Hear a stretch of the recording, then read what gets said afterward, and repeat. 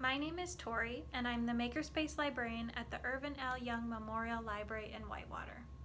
Today, I have a weekly craft activity for you. We are going to be making these beautiful pressed flower, nature-inspired sun catchers. Something you can hang in your window and let the sun shine through. Think that they are very beautiful. I only decorated mine with flowers and leaves, but you can get creative and add whatever you want to these. Maybe a little handwritten message or a little bit of paint, anything that you think looks beautiful. So we are going to be handing out craft kits for this activity this week at the library. You can pick up yours between July 13th and July 18th. Let's get started.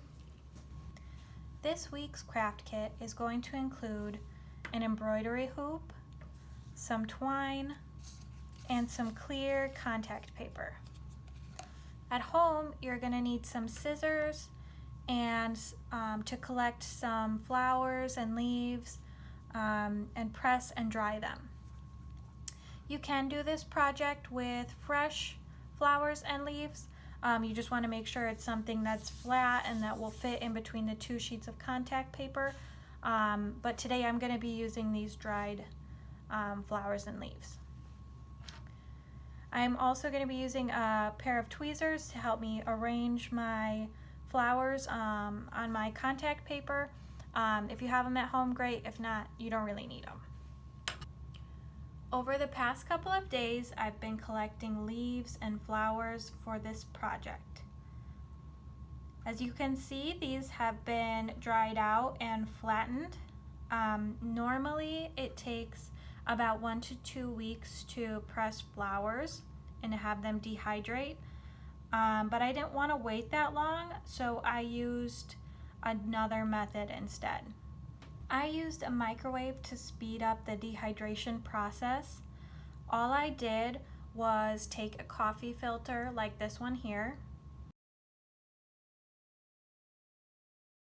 I put the leaves or flowers in between 2 coffee filters, put them in the microwave, and then placed something heavy and flat on top of it. I microwaved them for about 30 seconds. Once they were done microwaving, I removed them and put them on fresh coffee filters. The coffee filters that you microwave them on get pretty damp because all of the moisture coming out of the flour.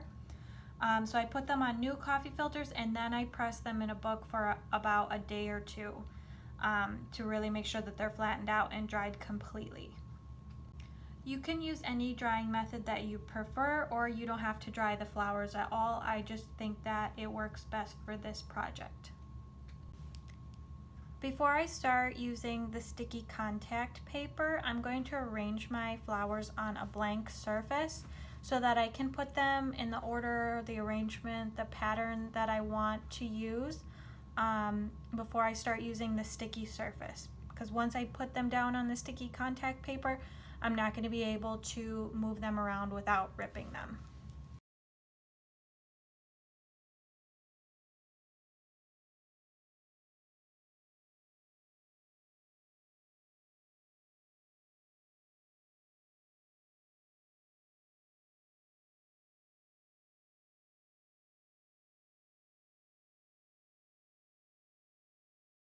I'm going to remove the outer hoop and set it aside.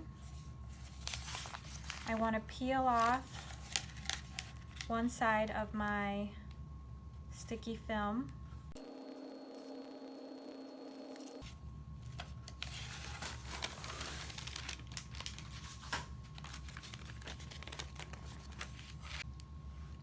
So now my contact paper is sticky side up.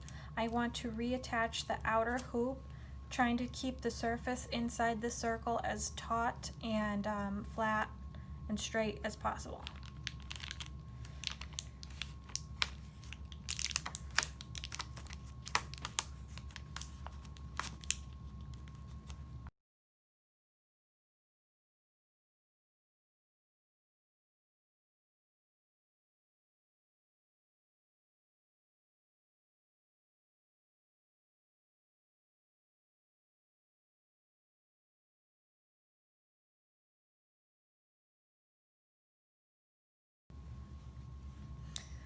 Once I have all my flowers in place where I want them, I'm going to very carefully remove the plastic from the embroidery hoop.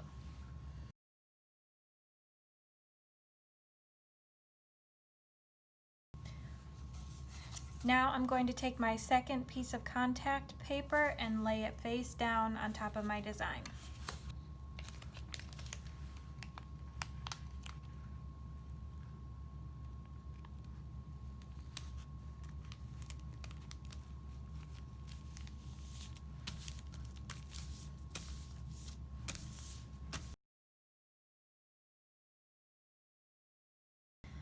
Now I'm going to reinsert the design into my embroidery hoop.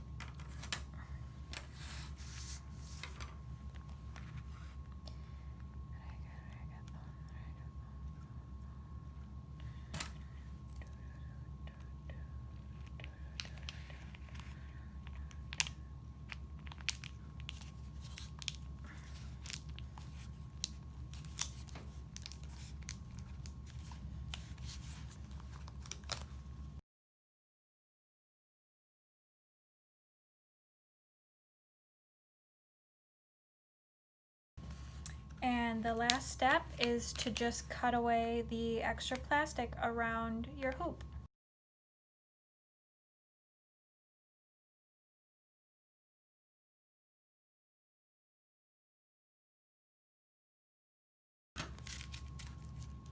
And there it is.